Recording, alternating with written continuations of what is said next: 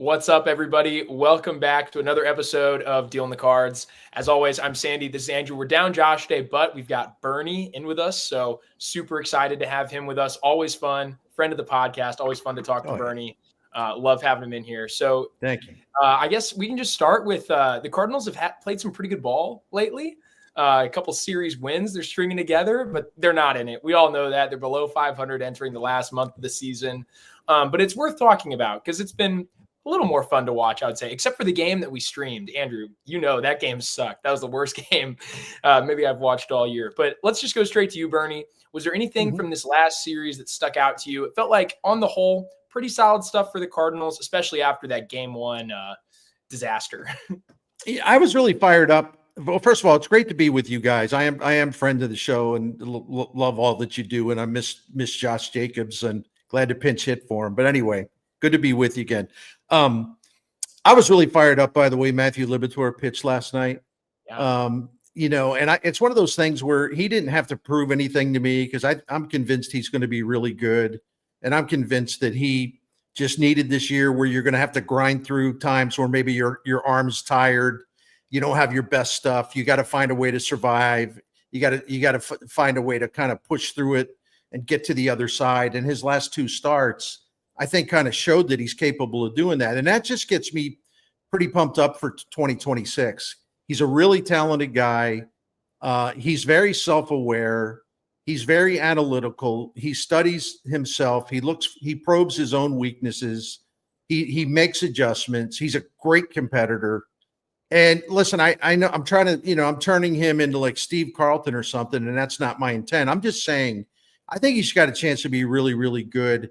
And this was a really good test of a season for him because it did present some difficulty. And he never got the best of him mentally, psychologically, or however you want to call it. He fought through it. Yeah, really encouraged to see him pitch into the sixth inning. I think that was the first time he'd done that in quite a while too. So it's good. I know there's always going to be concerns with Liberatore over workload and fatigue, but you're right. It was good to see him kind of battle through that. And that was one of the best games he's pitched in a long time. Also still on the season, a 4.15 ERA. Like, that's really positive. He's been arguably the Cardinals' best pitcher this year, especially with how Sonny Gray's pitched over the last month. So it's been really good to see. Yeah. What did you see, Andrew, that excited you this series? Yeah, I mean, Liberatore obviously putting together a good start. Last time we did our tier rankings, you were like, he's kind of trending down. It's good to see him string together a couple of pretty solid starts there. And just overall, like, they've been playing some pretty good baseball. As you said, like, the first game of the A series was pretty rough. We were there for the whole ride, which was unfortunate. But, this is a team that's very flawed, but they can also string together some wins at points. We've talked about that a lot. I'm sure we'll continue to talk about that throughout the end of the season. But overall, just not much to complain about with the A's series. So sometimes games like that first one will happen to every team, and it's just how it goes. Definitely want to see them not roll over in this final month. They're not going to make the playoffs, barring I saw someone bring up the record before they won 17 games in a row. It was pretty similar to where we're at right now. But honestly, even if they won 17 games in a row, I'm not even sure making the playoffs is a guarantee. You probably still have to fight for a little bit in that final week. So I'm not looking for that, but I'm definitely looking to see a team that's, semi-competitive and good months out of the young guys, especially guys like Nolan Gorman, who struggled a lot. He was someone that I was kind of worried about coming into this month, but then he put together a nice game yesterday, had a very impressive homer. And then Jordan Walker, who I think we're going to start to talk more about because Bernie, you were on, I believe it was KMOX Gashouse Gang yesterday with Oli and on Tuesday with Oli and Brant Brown. And he had both of them had some pretty telling things to say about Jordan Walker and where he's at developmentally. So I want to just kind of recap that a little bit and then kind of discuss where it is with Jordan Walker we should be looking at right now and what we should be like, just how concerned we should be about maybe some of the preparation things that they mentioned and just how he's progressed regressed this season. To be honest, it really hasn't been good. Yeah, I respect the heck out of you guys. I want to hear what you have to say about what they said. But I led the questioning on that and got all the answers that created the buzz. But the thing about Brant Brown, I've had some people say to me, well, it sounds like he had an agenda. He wanted to come on, and they figured like they got to find another way to fire up Walker. So they're going to like basically criticize him publicly. That's not how Brant Brown rolls. The way he rolls, if you ask him a question, he's going to answer it. Like, in other words, like what he really thinks. He doesn't have filters. He's just very blunt, very straightforward. And most of the players really, really like that about him. They don't, they want him to tell them, no, here's what you do. Come on, you're better than that. Here's what you do. Like, he just like there's that famous story about when Albert Pujols, joined the Dodgers after he asked for his release from the Angels. He gets to the Dodgers. He's talking to their batting coaches, and Brant Brown said, I'd be happy to work with you because I've seen some things. He said, but I'm not going to treat you special. I don't care that you're Albert Pujols. I mean, you're one of the greatest. I know that, but if you want my help, man, you're just a guy. You're regular Joe. And, and you have to, I hope you understand that. And Albert loved it. He thought it was really cool. So, and Brant Brown came up with some things that got Albert was able to like turn on pitches and pull them in the air again. And Albert Pujols thinks he's like this mastermind hitting coach. So Brant Brown is just really, really blunt. And I really appreciate that. And he's not always measured. So anyway, sorry to go on so long about that, but I wanted to give the background. So yeah, I got to say the first thing he says was, basically says he needs to be more devoted to preparation. And then there was more of the same theme said in different ways later on. And I wrote along the way a couple times without getting nasty about it. That, I don't like to use the sources thing, but I do have good sources, and sometimes the information is worth passing along. And one of the things I heard about Jordan Walker, and by the way, this is not me wanting to, jump on Jordan Walker and pile on. I'm really not into that, but I was told by some people, look, everybody likes him, but he doesn't accept coaching very well. He just thinks his ideas, he wants to go with his own ideas. And I think that's what's going on here. And I got blasted by fans for saying that, but it really did turn out to be true. And I think they just want him to stick with the plan, and he does for a little while, but as soon as things go bad, he reverts back to what he wants to do, and it feels right with him. The problem with that is what he wants to do and what it feels right to him is a total disaster. Seriously, it is. So I would hope that he would just say, I'm reaching a point in my career where, I probably need to work harder, be more prepared, be more open-minded, understand these guys are smart. They're trying to help me. And my way's not working. And I've tried it a bunch of times and it's still not working. So I better, let's get with the plan. So I hope that's the outcome of this. Is it crazy to say that I'm like kind of happy to hear that news? Because at least that means that there's a reason, right? Like maybe it's a weird take for sure that I'm like, oh, I'm happy to hear that there's a preparation issue, but it's like, at least I can kind of look at this year and blame something instead of just saying Jordan Walker doesn't have it. Cause I'm almost to that point before I hear this kind of thing where I'm like, man, we're 3 years into this experiment.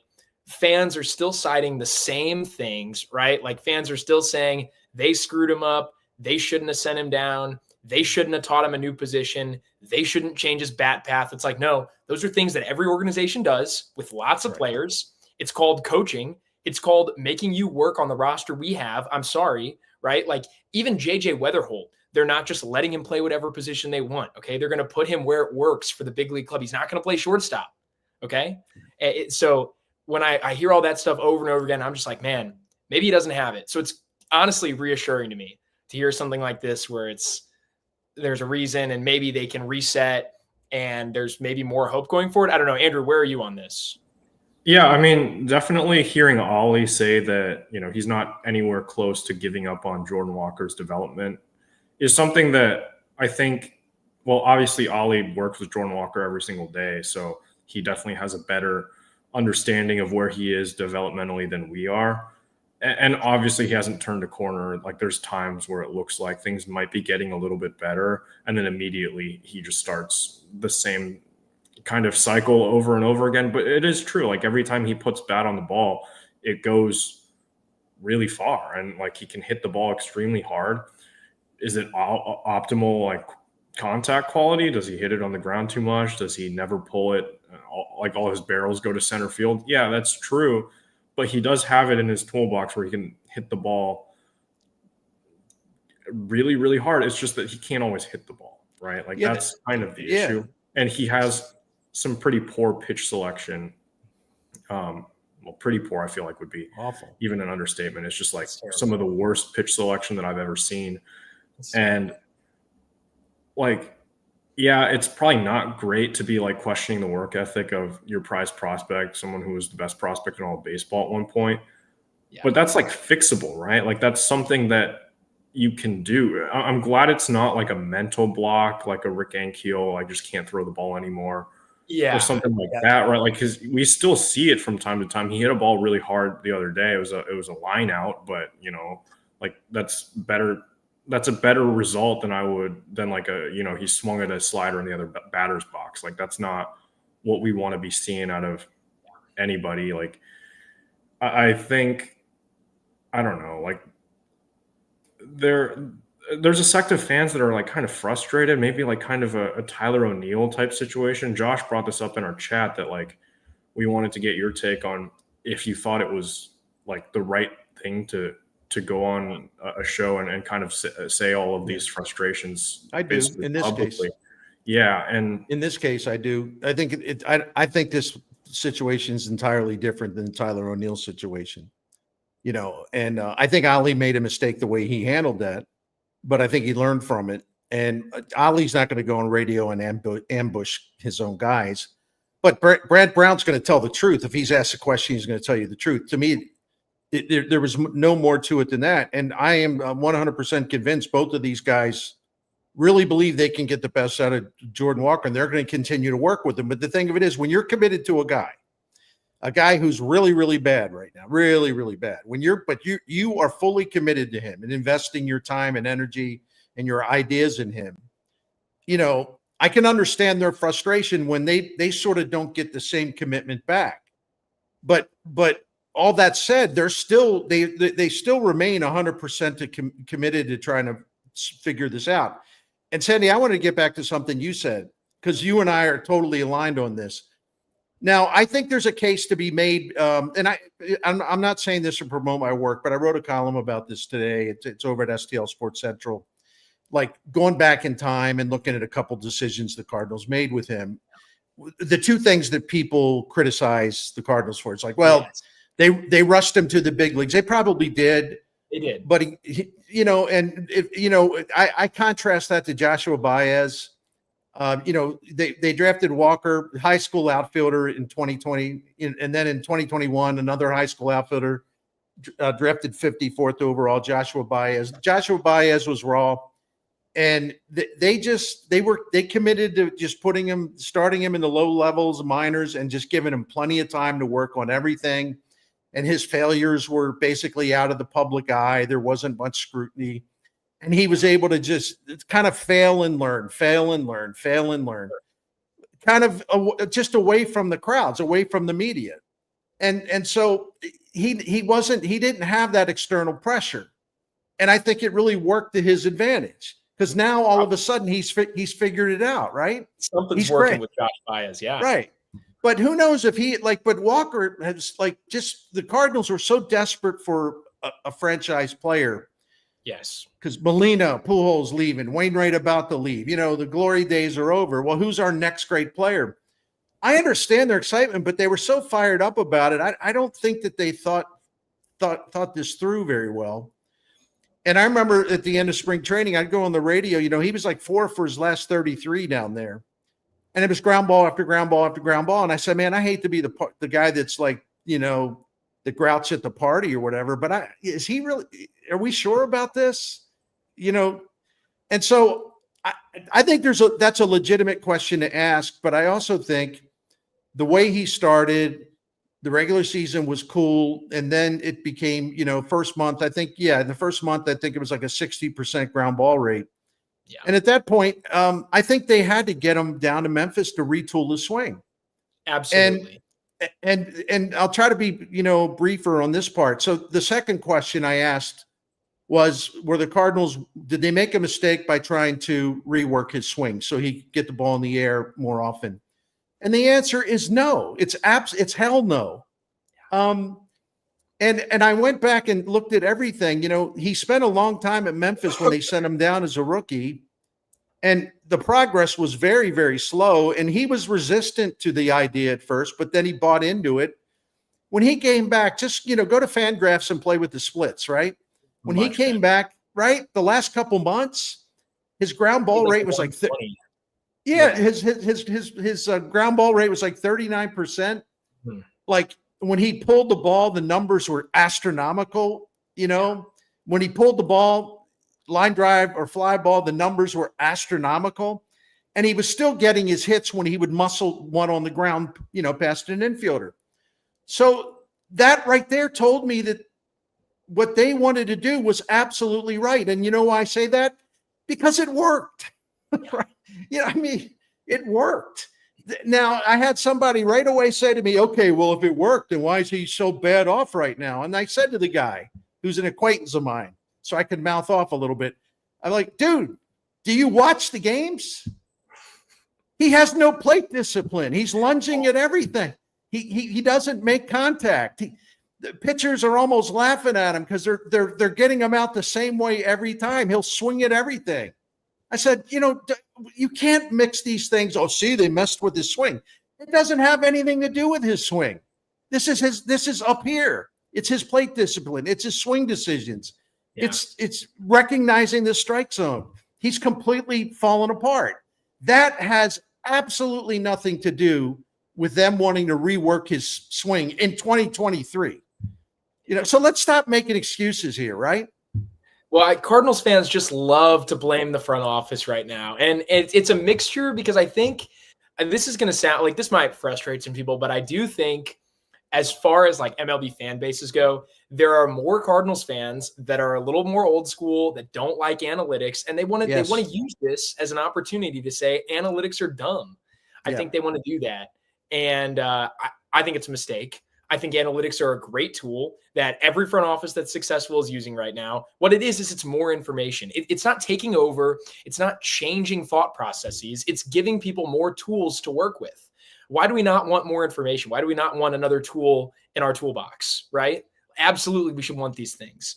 And Cardinals fans love to say the numbers nerds, the spreadsheet geeks, whatever, they got it wrong. It's all their fault. Walker was fine. He had this long hit streak before he went down, but you're right. It looked bad. It did look bad. The really, really funny part is too, and I'm a little scattered here when I say this, but that's all right, man.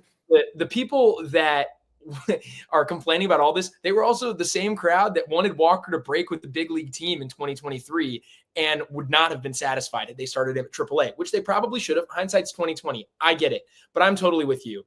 The profile that Walker needs to have to succeed at the big league level, he has to be a power hitter. He can't just hit for average. He has to be a power hitter. Walker has to pull the ball. He has to elevate. He has to do these things. The defense is so bad. And the pedigree, the raw power here is so much that if he does anything else, it's one, not valuable, right? Like he's never going to make up for that defensive liability if he's hitting the ball on the ground. And two, it's not going to live up to the expectation we had. Like we all thought of Walker as this 35 type of homer power guy. And if you don't get that out of him, it's obviously going to be disappointing. So yeah, you're 100% right. Walker needs to do these things. And to the people that say, oh, they screwed with him, that's not true. People change positions all the time. Not only do people change positions, people play multiple positions. Brendan Donovan plays 6 positions above average. Okay. I'm sorry.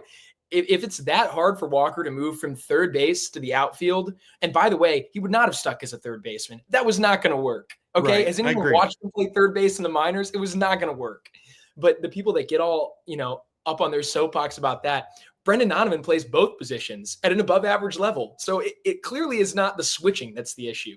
There's so many problems here. I could talk all day about how frustrating the Walker dialogue is, but it's just let me add something to that. I love the people that so blindly support him and whatever failings he has, they want to point the finger elsewhere. Okay. So these are people that fancy themselves as like avid supporters of Jordan Walker. Okay, which is great. But let me ask them a question if any of them are watching. And it's okay to rip me if you want to. I don't care. So what you're saying is that it would have been perfectly cool, perfectly fine to have a 6'6", 250-pound man who's incredibly strong, who's got incredible bat speed. He's got incredible exit velocity. So what you're saying, you think, in effect, you're saying you think so poorly of him, and you don't even realize it, that you want to limit him to being the world's largest in the history of baseball singles hitter. Like in other words, you don't think he can do anything. Like thousands of hitters have adjusted their swings, and sometimes they do it every other week. But what you're saying is, and what they're saying, and this sounds harsh, but they don't even realize it. They're saying that he's dumb because they're saying, no, let him do what he does, this one-dimensional thing where he's going to be like a guy that hits 278. He's going to have a bunch of singles. When he's capable, because he's so talented, he's capable of doing so much more and being so much better. The irony is that Sandy McMillan and Bernie Miklasz and Andrew Wang and probably Josh Jacobs were the ones who actually believe in him because we believe that, listen, it's a pretty simple thing. And once he kind of buys into it, he can be a massive offensive talent.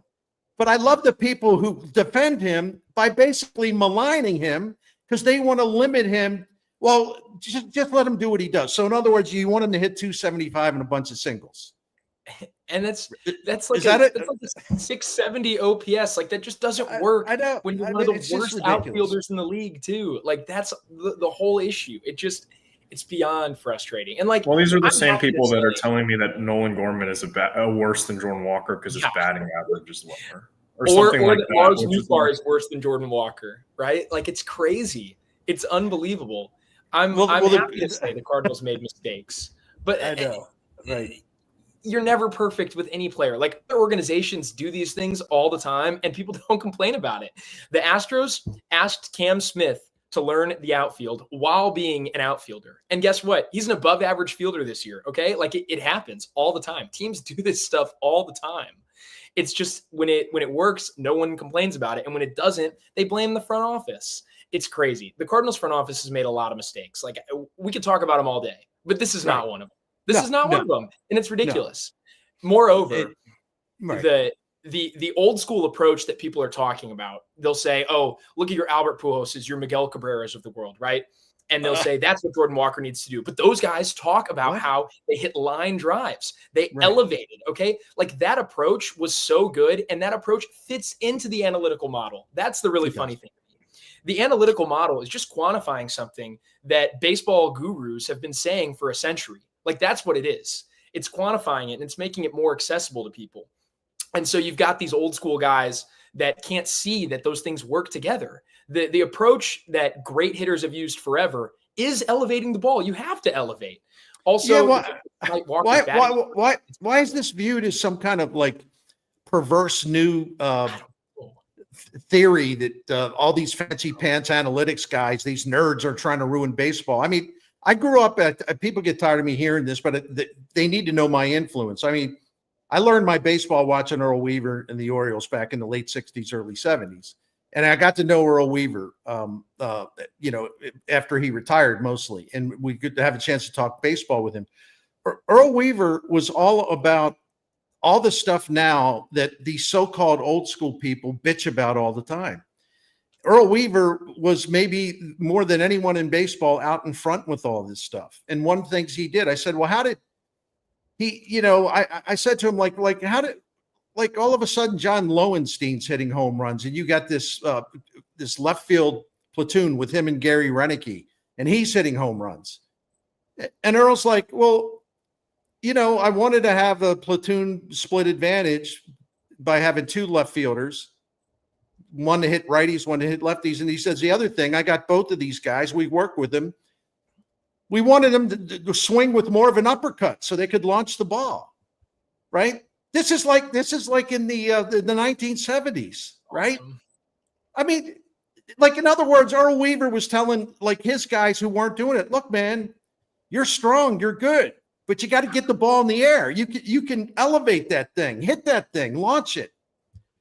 That's what they're trying to tell Jordan Walker to do. And yet you got all these fans out there that crazy think they have them locked in some laboratory or something, and they're doing like scientific experiments on them. I mean, come on. I mean, my gosh, quit being so dumb.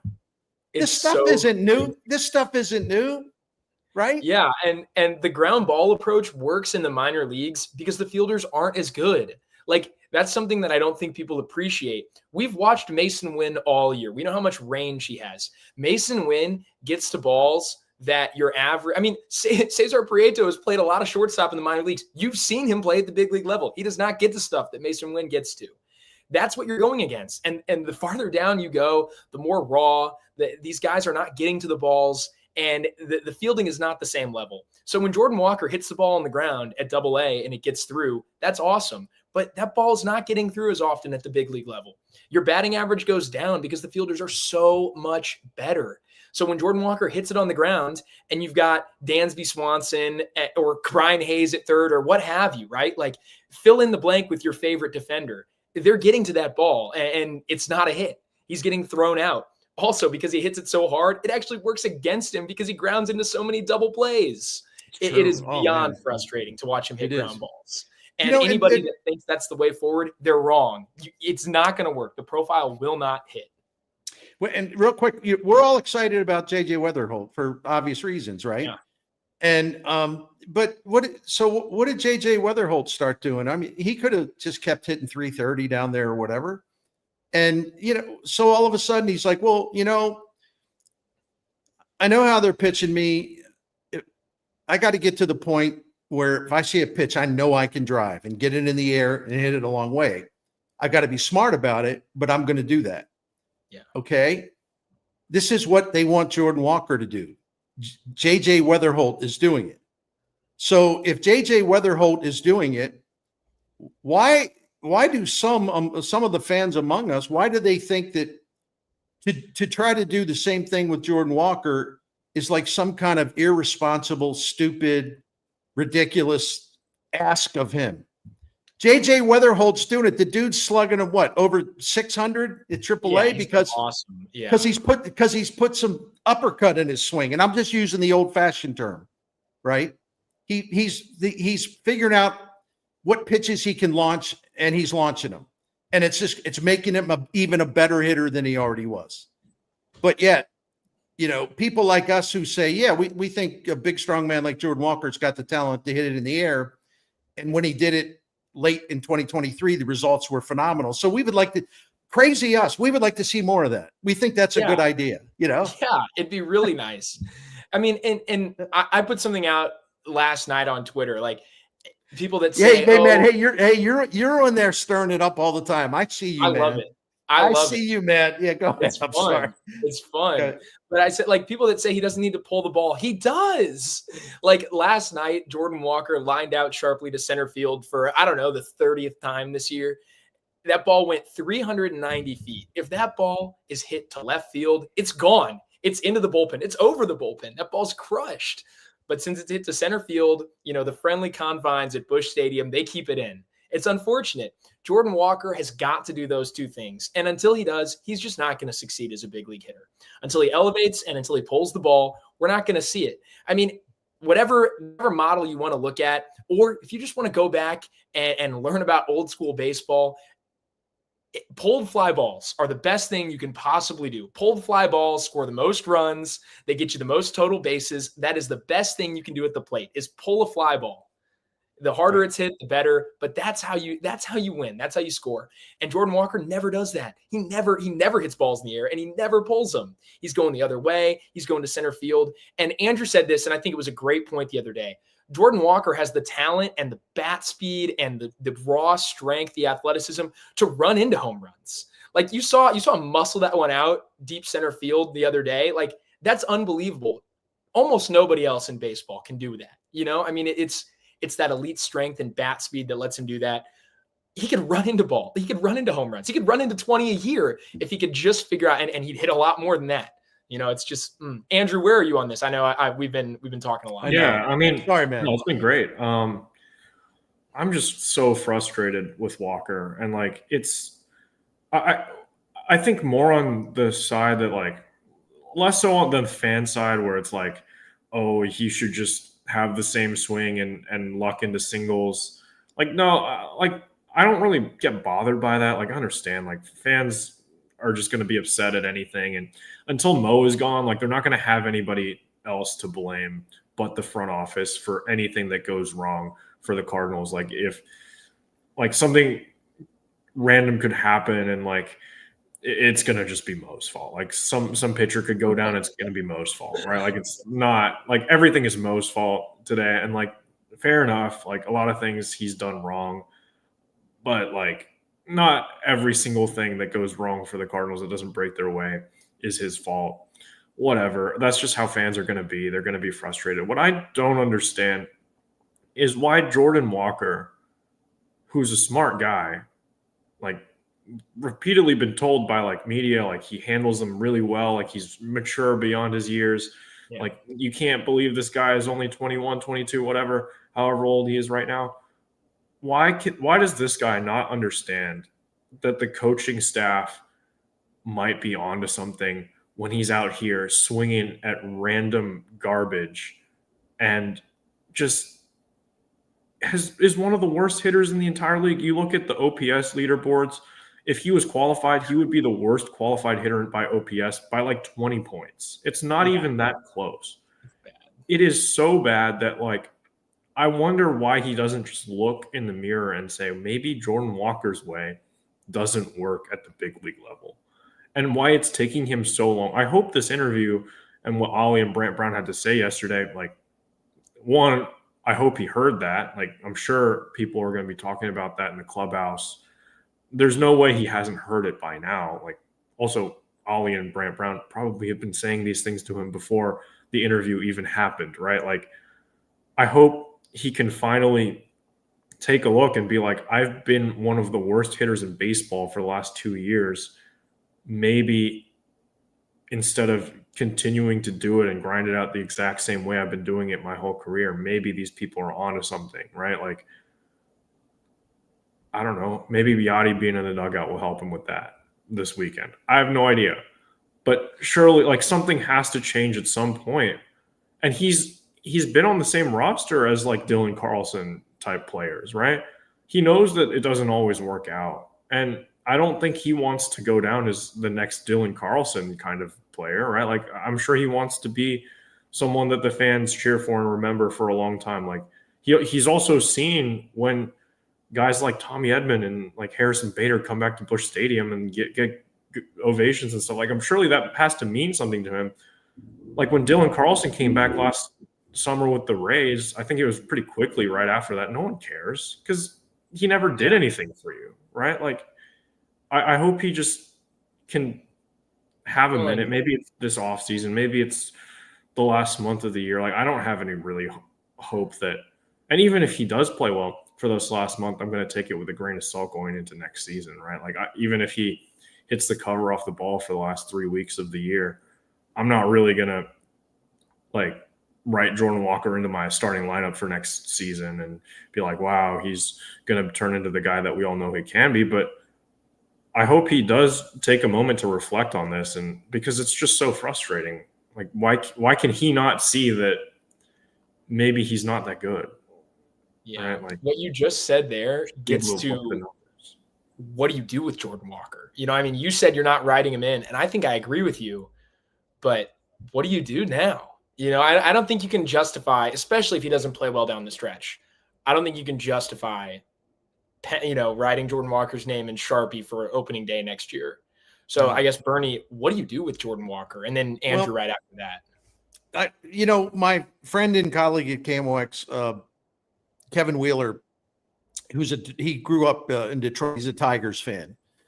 And he said, we were talking one time about this, and I never really thought about it in terms of applying it to some other examples, people on other teams. And, Spencer Torkelson was maybe not quite as bad as Jordan Walker, but he was pretty bad, and he was an early draft pick. I mean, and he was going to be one of these franchise caliber players, and he was really bad. And just nothing was happening, and nothing was happening, and nothing was happening. And they finally told him, look, you've been here a while, and you really have to earn your spot in the lineup. You have to do it. You just have to. And if you can't do it, we don't want to send you to the minors, but you control that, because if you can hit, you can show progress. We're going to reinvest that playing time in you, but nothing's going to be handed to you. That's just the way it is. We love you, but that's just the way it's got to be. So I think he did start a season at AAA, and it actually turned out really well for him. And I'm not implying that he's a dog or anything like that, but was it a wake-up call? It's such a cliche. I don't know. But for whatever reason, it's like he kind of figured it out.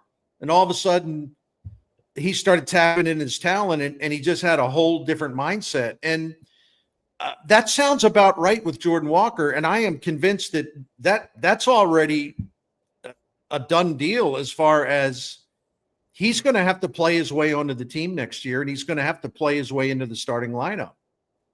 It's not that they've given up on him, but they're to the point where there's going to be some other people that they're going to want to look at. Joshua Baez is going to be in the mix soon enough. And, I don't know who else, but, Walker's, in a way, he's a little fortunate. It's a good thing for him. They don't have an abundance of major league ready outfielders who have a chance to be elite, But no, I think he's got to earn his way in. I don't think anything short of that will just continue this kind of this cycle of insanity that never really ends. Yeah. Agreed? Disagree? I think Torkelson's a good example.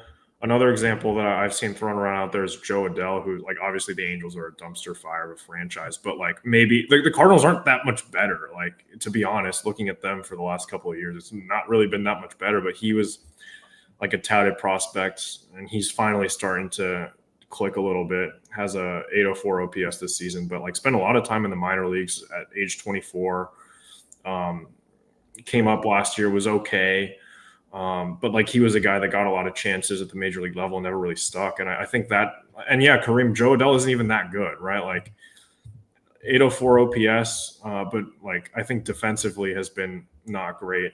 And he's 26. Like, maybe this is just the thing you wait out with Jordan Walker. You just, like, he's at AAA. He's playing every day. He's getting his reps, because, like, I've heard the argument that's like, oh, AAA pitching isn't as good as major league pitching. Like, Jordan Walker has shown that but he hasn't, right? Like, Jordan Walker's AAA OPS is, like, I think in the, like, low 700s, high 600s. Like, it's not very good.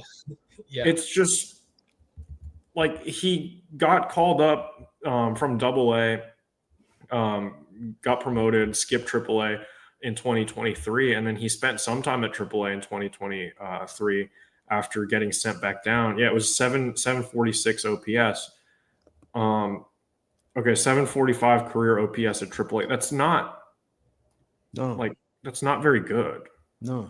And that's not, like, if he had a 745 OPS at the major league level, that would be nice. That's probably, like, right around, like, what you would want to see out of a guy like him at this point. But, like, it's just not been great at Memphis either. And I don't know what you really do with that. You could just let him play at AAA every day until he figures that pitching out. And it's not like these AAA pitchers are going to want to get the call to the majors as well. They're not going to just throw him stuff over the heart of the plate. They know that the book is out on him. He can't hit that away pitch. He's going to swing and chase at it every time. So you need to adjust to that as well. Like, if I'm facing him in AAA, I want to get called up, I'm going to throw him that slider low and away. It's not that hard. I wouldn't It's throw really Jordan not, Walker. and they don't even have to be that competitive. Like I've seen Jordan Walker, like try to swing at pitches that are not even close to competitive, and he's definitely offered at pitches that are just like horrible, right? Like you don't have to locate it for him to swing and miss. And even if you do throw it in the zone, he might not swing in. He might not hit it either. Sometimes he watches the fastball right down the middle because he's expecting the slider and he knows it's coming, and then you just throw him that and he's going to take it. Like he just needs to figure it out. And I think he's the easiest out in the major leagues, to your point, Andrew. And I went on StatCast search the other day, and I wanted to see the last 2 years of Jordan Walker. And I basically wanted to, because we all know he has an astronomical chase rate. I guess that's John Mozeliak's fault. That's Oli's fault, okay. Anyway, I just wanted to quantify it because I'm obsessed that way. I like to quantify things. So we know that when he makes contact, he's a dangerous guy, right? When he swings at strikes, especially, meatball zone pitches, he's a dangerous guy. But anyway, the last 2 seasons, it didn't matter what type of pitches they were, but it was mostly breaking pitches and off-speed stuff. When he would swing and connect with a pitch out of the strike zone, his batting average, and there were a lot of at-bats that ended this way. His batting average was 0.94 when he's chasing all this junk. And he makes contact 0.94, and I think he had 12 hits out of 120, 12 for 128 or something like that. And the most of them were singles. There was a random double or two, and so he won't stop. He won't stop chasing this stuff, and so that's what makes him the easiest out in the majors. And who's responsible for that? Jordan Walker's responsible for that. I mean. But you don't like these people are on X going nuts over this, blaming other people. You don't think how many different hitting coaches and managers and how many different people have told Jordan Walker, look, man, the only way this is going to work is we got to refine your plate discipline. You got to lay off this stuff because they're going to keep killing you with it until you do lay off of it. What do they think? Did they think like Oli and Brant Brown like never tell them that? No, I was running some MLB The Show with one of my friends the other night. We were playing co-op, and there was this guy that we were facing. He literally could not catch up to the high and away fastball, and we just kept throwing it. You keep throwing it, and he just could not hit it because he was late every time. I was like, "Is this what it's like to pitch to Jordan Walker? Like you just throw the same pitch every single time. It's really not that hard." Like I didn't even have to. Normally, you have to think. You're like, oh, let's change the pitch mix a little bit. And I was like, no, I'm going to throw this pitch until you show me you can at least foul it off. Right? Clip that. Right. That's so what funny. is going on? No, but that's true. But that's exactly what's happening with Jordan Walker. They have no reason to even throw their good pitches to the guy. They can actually kind of half-heartedly get him out like the easiest thing in the world. Yeah, I mean, I would only throw Jordan Walker something near the zone if there was a runner on first and I wanted a double play. Otherwise, it's sliders in the opposite batter's box. Yeah. I mean, it's brutal, right? Like I don't want to pile on the guy. Like I feel bad for him, and it's a shame, right? You come up with these kind of expectations, and this is the product you've put out at the big league level so far. But if not for Cardinals fans having like one massive blind spot and it's Jordan Walker, I feel like we wouldn't have to say it. It shouldn't be controversial. Okay. When you look back at the 2025 season, it's like the Cardinals are there's a chance that they finish one team out of the playoffs, right? They'll be the closest team in the playoff race. And you look back and you say, well, Eric Fetty cost us a lot of games for sure. But Jordan Walker, is he number 2? Like, is he the second guy on that list? Is he the most? I mean, I don't know who else it'd be. Maybe Ryan Fernandez because of how bad he was in April. He watched like 3 games. Palante's been really bad. But even then, like you're so close. And the other thing is too, if the Cardinals are really this close to being like a wild card team, especially if one of these teams gets worse next year and the Cardinals just have to like get better by not having Eric Fetty in their rotation, if they're this close, how do you justify Jordan Walker next year? And that's another reason I'm done with it. Jordan Walker is going to AAA. If I'm Mo or Chaim Bloom in this case next year, Jordan Walker is going to AAA, and he's not up until he is dominating. He's not up until I know that he's actually implementing the changes I need to see him implement. And he's not coming up until I know he's a power threat. Jordan Walker, like you can't justify having Jordan Walker, who is the worst fielder on your team, far and away, also hitting in your 8-hole. What? How are we doing that? Like normally, your guys at the bottom of your lineup, your 8, 9-hole hitters, either your pitcher when that was a thing, or it's like Victor Scott, who's potentially he's in the running for a goal. He's not going to win it, but he's going to be a Gold Glove finalist. PCA has too much media hype. Scott has quietly been almost just as good. He's outstanding. 16, 17 outs above average. Like that guy can hit 9th in my lineup. Also, when he gets on base, he's on second immediately. Jordan Walker doesn't have that. Right. It's like, what are we doing? Jordan Walker generates value one way. He hits the ball.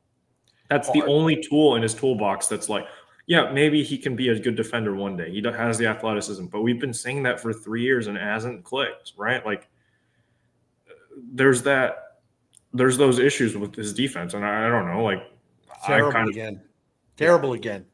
So, yeah. I mean, we saw Brent Rooker make an awful play. Like the A's yesterday had a defensive disaster class. And that's probably one of the reasons the Cardinals ended up winning as easily as they did. But like Jordan Walker is not much better than that in the field. And like base running wise, like, yeah, he's probably got above average speed, but he's not going to be a base stealing threat like Victor Scott is. The only way you can justify a bat that bad is if you have like defense or speed. But you can't even like Michael Ciani was in like playable last year because of that. Generational. Not Victor Scott. Jordan Walker is like Michael Ciani offensively, if not worse this season, right? Like Michael Ciani had like 3 or 4 homers last year. And that's where Jordan Walker's at. Yeah. They have the same weighted runs created plus. Like literally the same one. Like Ciani last year and Walker this year. Yeah. I think it's WRC plus 64. That's so I mean they're literally a match, except one guy excellent defensively, superb base runner. 36% below league average when you're also probably like 40% below league average in the field. Like it's just not going to work. It's not something you can do anymore. And so for me, you cannot justify having him up here. And I know there are people out there that say, oh, you're throwing away next year. You can't do that as a baseball team. You're not throwing away next year. The Cardinals are going to try to make the wild card next year, much to everyone's chagrin, I'm sure. And I'm sure it'll look a lot like it's looked the last few years, where maybe if some things go right, they're in the race. Maybe if some things go wrong, they're not. But I'll tell you what, Jordan Walker is not going to be on the opening day roster, or at least he shouldn't be. You just can't justify it any longer. Let me ask you, I'm intrigued by that because I don't disagree with you, but I'm intrigued by that because I've said he's got to earn his way onto the roster. But if he's in spring training and he's tearing it up and he's launching and some of his bad habits are cleaned up, do you trust that? I think I want to see it at AAA because he's never even proven it at AAA. Like that's the thing for me. Kareem has said this over and over again on Birds on the Farm, and it's true. Walker skipped AAA when he came up in the first place. He went back to AAA, and in 2023 it was all right. In 2024 at AAA, it was actually really bad. It wasn't just like not good. It was bad. It was really bad, and we've never seen it. He's never even dominated that level. It's not like JJ Weatherholt, who's 1-dotting at AAA and has also dominated at every other level and came with pedigree in the draft, right? Like Walker was a guy who in the draft had tools, had a ceiling, showed a little bit of that at the lower levels, dominated at AA, had a great spring training, and they called him up immediately. So, I mean, honestly, like we're going off of the window of him being great is at this point so much smaller than the window of him being terrible that I just need to see more now. I'm not trusting him. I also just think that at this point, like if I look at the Cardinals roster, I don't love what I see. I don't think anyone is looking at it and saying, oh, that's super talented. But to be honest, you got a lot of guys who it's like, that guy's not the problem. You don't have a lot of guys that are solutions for sure, right? But you got a lot of guys that are all right. And the team could make a wild card, especially if the Cardinals augment the roster in some intelligent ways around the edges like they should. It's totally possible. But you have no margin for error. And that means you do not have margin for Jordan Walker to have a 400 OPS in April before you send him down. It just, you can't justify it anymore. I really do believe that Chaim Bloom will make much smarter roster decisions. Part of it is because he doesn't have his reputation or his legacy invested in it. In other words, John Mozeliak had so much pride, and I can understand it, but he had so much invested, including his own heart. I know that sounds dramatic, in these guys that he traded for or he drafted and thought would be really, really special. And they turned out to be very, very frustrating.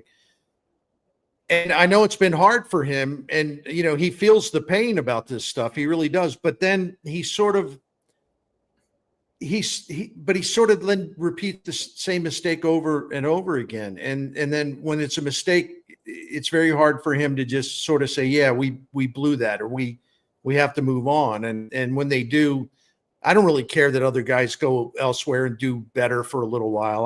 That's not really the point. It's just that they do the same thing over and over again and expect different results. And I think Chaim Bloom is going to be a lot more cold-hearted. I mean, he's bringing the Tampa Bay roster efficiency and everything efficiency here. I mean, there's not going to be dead wood.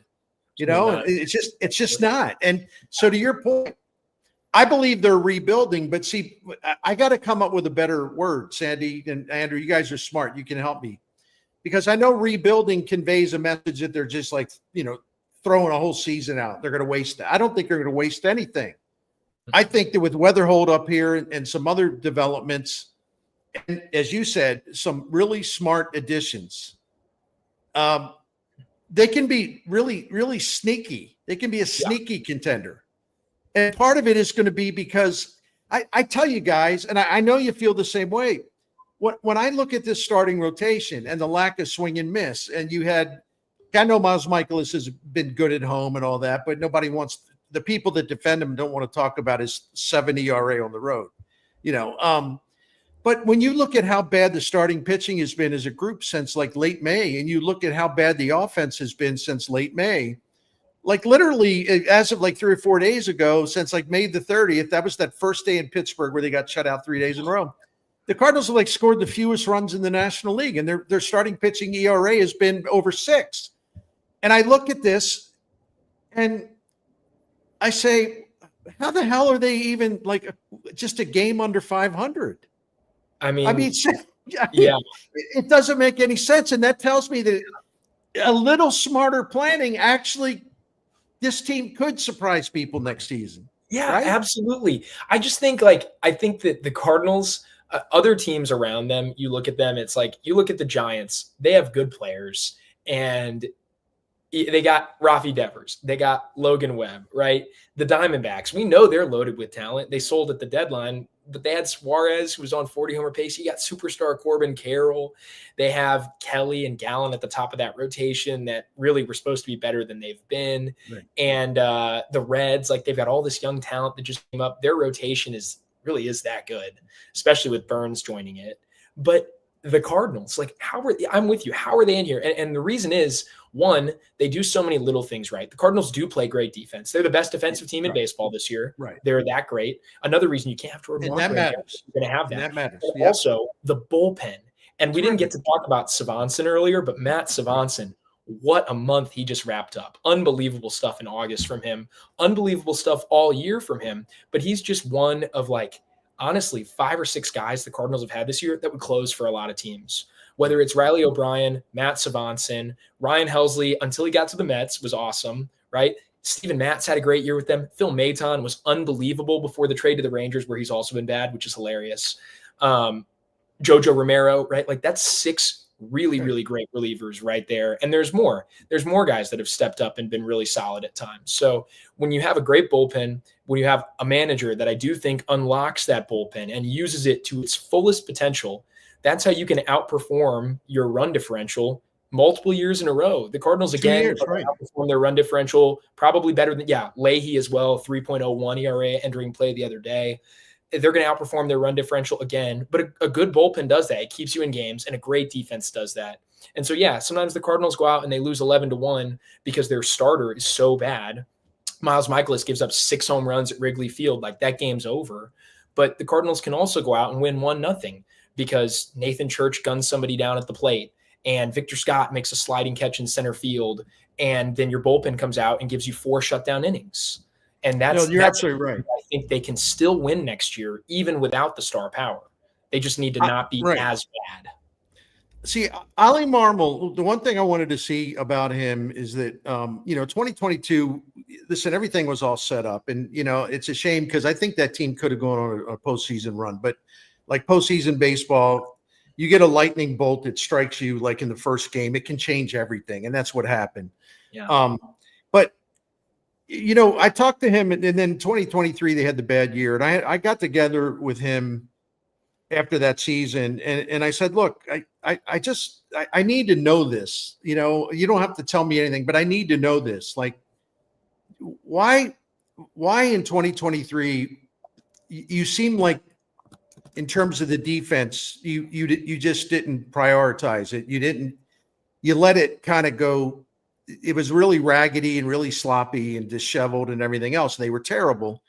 And I said, I know you come from a teaching background. I know you're from that classic Cardinals system, where they have really, before they went bad, really smart coaches down there. You were like a young guy that they trained to follow that whole line of really smart baseball guys who can work with young players. And he cut me off, not to be harsh, but he said, listen, he said, the thing that I'm ashamed of is that I never got that defense lined up. It was kind of overwhelming because we were losing and I didn't know which way to turn. He said, it's not going to happen again. He said, you watch, it's not going to happen again. And it hasn't. He made defense a priority in 24. He made it a priority in 25. He has to because of all the pitch to contact limitations they have. That's a good manager. That's smart. And I tell you what, the last 2 years, and every time I say this, oh, you're just Oli's terrible. You're just I'm not an apologist.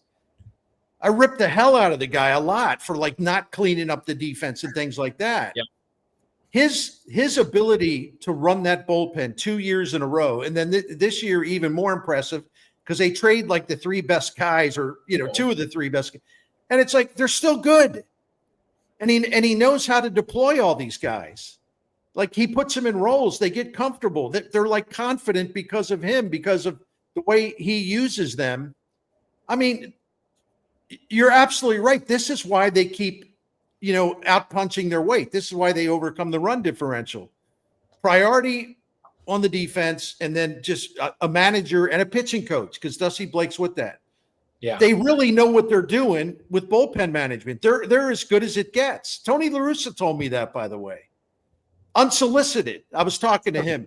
High praise. Yeah. I said, he says, I told him one time, so what do you think, Oli? And he said, well, first thing, watch him. He says, this guy knows what he's doing with the bullpen. It's very impressive. And I'm like, yeah, I'll take your endorsement over like 10,000 clowns on X who right. I also just, haven't we seen bad bullpen management? Like we watched Matheny for years, right? Stop it. Yeah, stop it. We witnessed it. We saw like the Matt Bowman run specifically, where we saw Mike Schilt run Reyes out there when he was beyond cooked. That's 100% true. That was a fireable offense, and I stand by it. Reyes pitching in that game at Dodger Stadium in that situation, that was a fireable offense. Everyone knew the game was over. Horrible decision. It's the worst I've ever seen. He ignored everything that happened over the final 2 months because after the All-Star break, but it actually happened sooner than that because I made a big deal about it. Their big 3 down there, Reyes, Gallegos, and why am I drawing a blank? Cabrera, maybe? Cabrera was really good.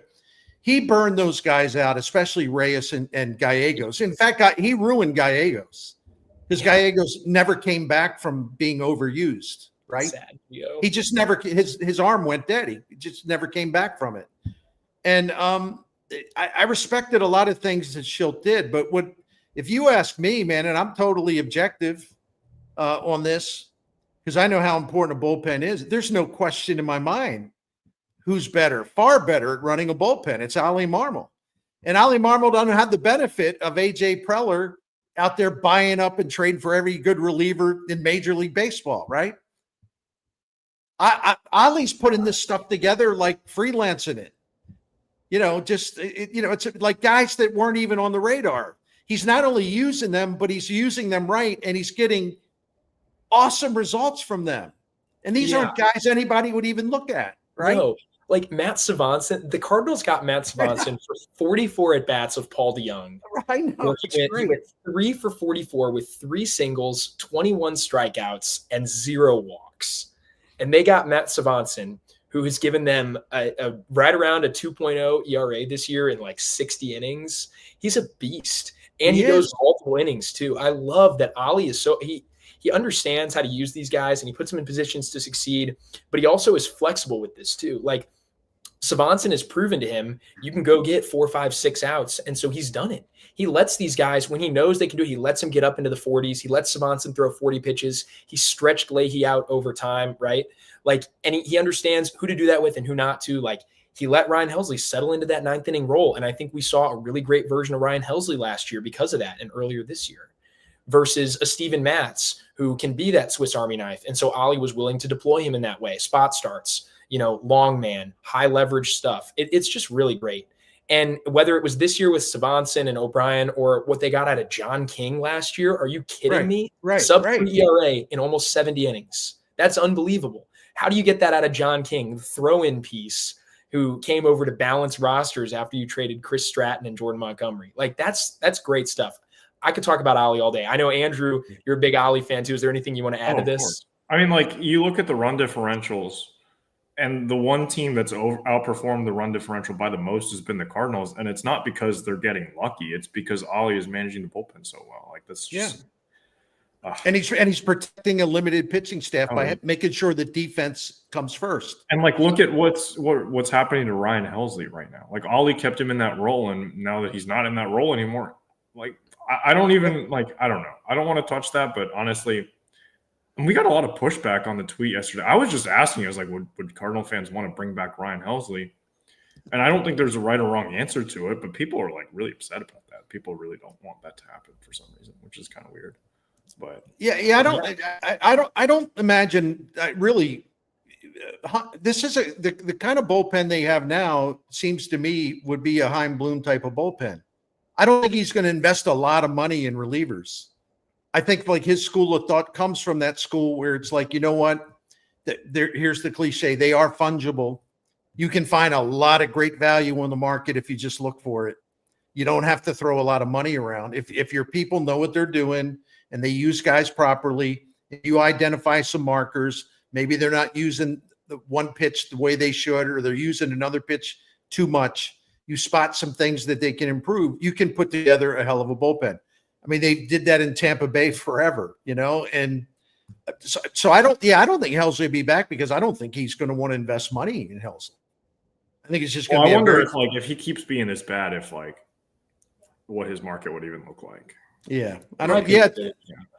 Yeah, I don't. I feel terrible for Ryan Helsley. I do too. Want to throw that out there. Like, that sucks.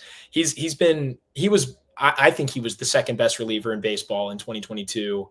He was right up there again in 2024. Top tier closer, like a true bulldog closer, a bell cow you could go to as much as you needed. 50 save guy almost, and now, like, man, he's just first trip to free agency, and his earning potential is probably destroyed.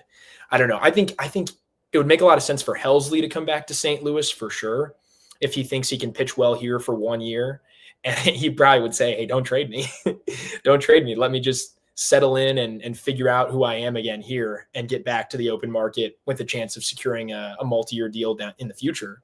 I'd be interested in something like that. Like, I think Helsley should take a prove-it deal, something like 1 year, like $7-8 million. Yeah, I mean, I don't know who's giving him multi-year right now. Yeah. Phil Maton too. I think he actually, I know he's much older, but I think he had a chance had he stayed with the Cardinals all year, and he had a 1.79 ERA plus when he was traded. I think he had a chance to lock up a 2-year deal potentially but he's been awful with Texas too. And that's another credit to the Cardinals pitching staff and the bullpen management. Phil Maton, far and away the best stretch of his career this year with the Cardinals. I mean, he had in 38 innings, 48 strikeouts, which is above his career norms, a 179 ERA plus, a 235 ERA, 40 games. He's only had one other year where he pitched more than 30 innings and got over a 150. Most of his time, he's actually been slightly below average or just above average. Clearly the best year of his career as well. So the Cardinals are definitely onto something. They've figured something out with bullpen development, and I do trust them to have another great unit next year, I think, which is part of the reason I'm so optimistic still about them competing for a wild card. As we kind of wrap this up here, sure, I want to hear from both of you guys. Heim's taking over this offseason. He's finally going to have the keys to the organization. And whether we agree with this whole waiting trial period or not, it's over. Heim is here. He's going to have the opportunity to make some moves this offseason. What are moves that you guys think he should be making, whether it's type of move or names, if you want to get specific, of guys you think, or types of guys you think Heim could bring in this offseason to position the roster well for next year? Mine is real. I'm going to keep it simple because I would have such a long list. Sure. But I'm going to keep it simple.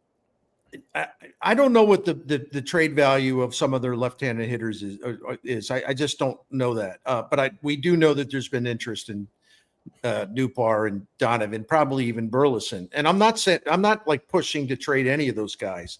But you do have, that's a group that's one component of your team where you have a lot of the same guy, basically, if there's a way that he can move one of those guys that maybe there's more interest in than some of the others and come out of that with a young major league ready starting pitcher that's got real talent, I'd be excited by that because those guys are hard to get. I mean, sometimes you luck into them, but it's not an easy thing. You're not going to sneak anything by a team that's got those guys, right? Yeah. But I also have faith in Bloom because I think he's so smart and everyone he's hired is incredibly smart. I also think he's the type of guy, he and his team, they're the type of people that will be able to find hidden gem types and they're going to make some. That's why I'm like, because when you ask me, it's a perfectly legitimate question. Like, what do you want to see him do? I kind of just want to sit back because I know they're going to do some interesting things. And I can guarantee you that at least a couple of the interesting things they're going to do is make a trade for somebody where, I would say a pretty healthy percentage of Cardinals fans will be immediately shredding it, Yeah. Right? That's probably Heim Bloom had a lot of tentacles last season. I'm told by somebody I totally trust. We were talking about Matt Swanson, right? Heim, just because he wasn't working for the Red Sox anymore, but he was working for the Cardinals. But they would go to him and say, "Well, listen, what reports do you have on this guy or this guy?" And he would kind of steer him in a certain direction. And I think Swanson is a classic example of that. And I'm not trying to be unfair to Mo. Mo's the one that made the trade, but Mo was also smart enough to go to Heim Bloom because he knows Heim Bloom has got this huge library of scouting reports where they've picked up on tendencies. They've looked at pitches and this guy shouldn't use this pitch. He should use that pitch. We're going to fix him. Everything's going to be good. Yeah. He is going to uncover some additions that will not move the needle. No one on ESPN is going to be screaming about it, right? He'll get killed on X, right? He'll just be getting slaughtered for making these moves, but these quiet moves will be very effective because he's smart. And one of the reasons I know that this way will work is I keep saying this, and I know I'm talking too long, man. I'm sorry. But I won't let this go. I wish Cardinals fans would study the Milwaukee Brewers. Yeah. I wish they would just watch their games, read everything, see how they do this. It sounds ridiculous for me to say, but it's really not that hard to do. I mean, you have to be disciplined and you have to be able to unearth these gems. Yeah. And you have to see some stuff in players that no one else sees or they don't value enough. And, the Cardinals, I talk about this all the time. Since 2017, they've outspent the Brewers by $350 million. For what? To get their ass kicked every year, right? Yeah, pretty much. See, Chaim Bloom's going to put an end to all that nonsense. And that's why I'm excited. And part of that will start this winter when he's going to make some moves. And I'm going to say, all right, I got to find out why he wanted this guy because I know there's a good reason. Yeah. So anyway, everyone's got to get away from this idea that this will be a big splashy offseason. It's not at all, Yeah. I got some really good intel on a lot of things. And I'm telling you, it's going to be a Milwaukee Brewers offseason. And to that, I say, hallelujah. Yeah. Hooray. Throw some darts. Right. Let's get lucky. Let's see what happens. Yeah. Where are you, Andrew? Yeah, I think it's pretty similar. I'm looking more towards like free agents and like guys that they can pick up because like they will have to spend more than $2 million on free agency this year. Like it's just how it is. Like they need rotation spots filled. And yeah, Quinn Matthews might take one of those. He's looked really good recently, but you need guys behind him. You need depth. Sure. And the Cubs, like they picked up Matthew Boyd and all their fans were like really upset, but like he ended up being one of the best pitchers in the National League this year. And I'm waiting for Chaim Bloom to come in and make those kinds of signings, like guys that maybe not necessarily the flashiest names, but guys that will not be like when Mo signed Lance Lynn and Kyle Gibson, you knew what you were going to get out of them and you knew it wasn't going to be exciting.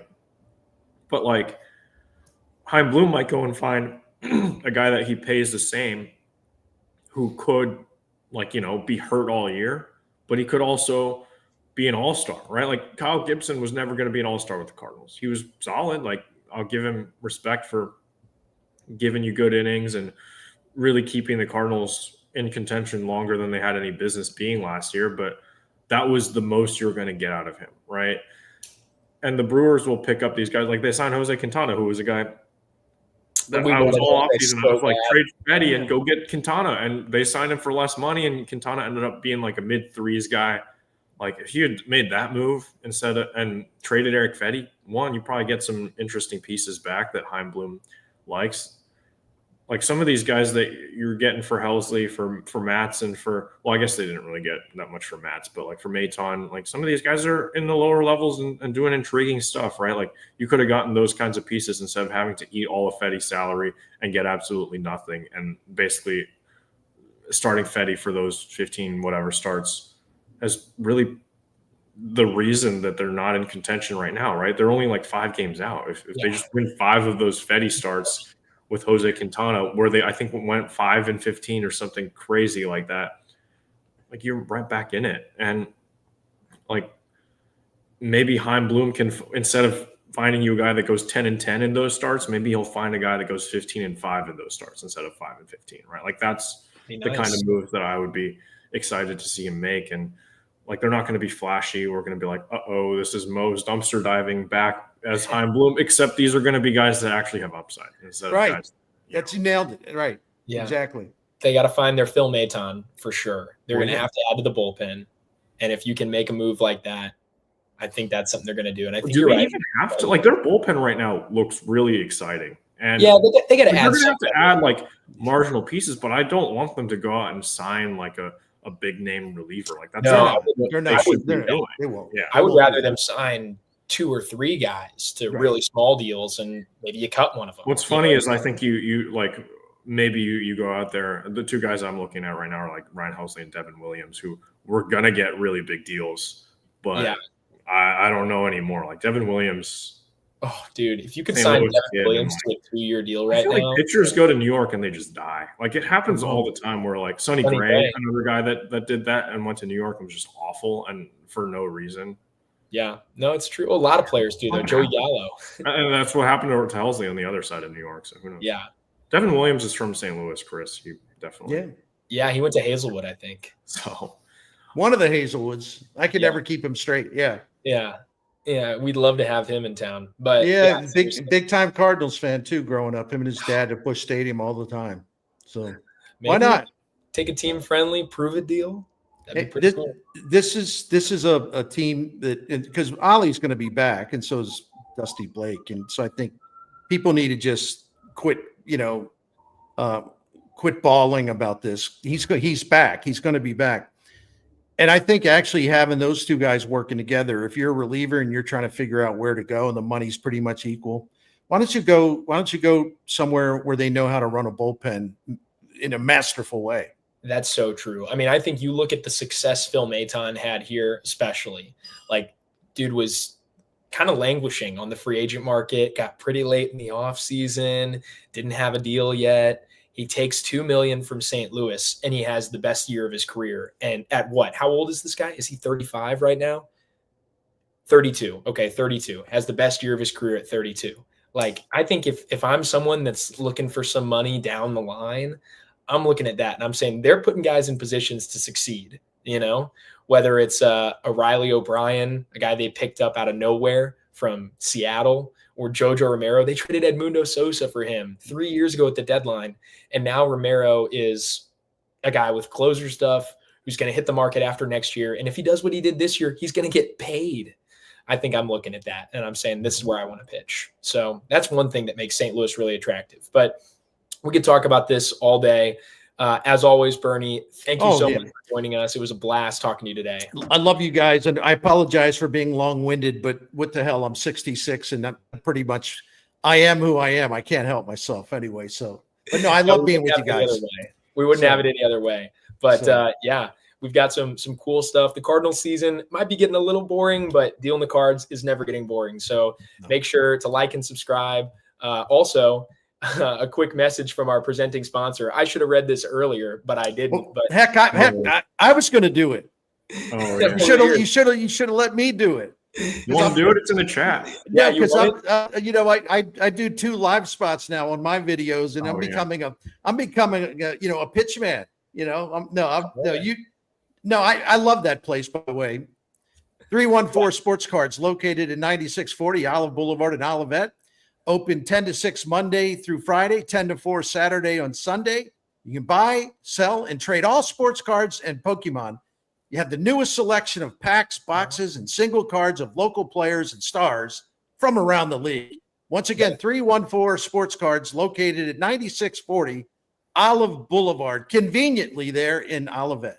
How was that? Come on. That's awesome. That place is awesome, though. Seriously. It is. It's the best. It's so much fun. I love doing that that holiday show with you guys. Oh, yeah. We're going to try to run that back this December. But, 314 is awesome. I'm in the process of acquiring a big card from them, and I will show it off on the stream as soon as I get it. It is very, very exciting for me. Sandy knows what it is.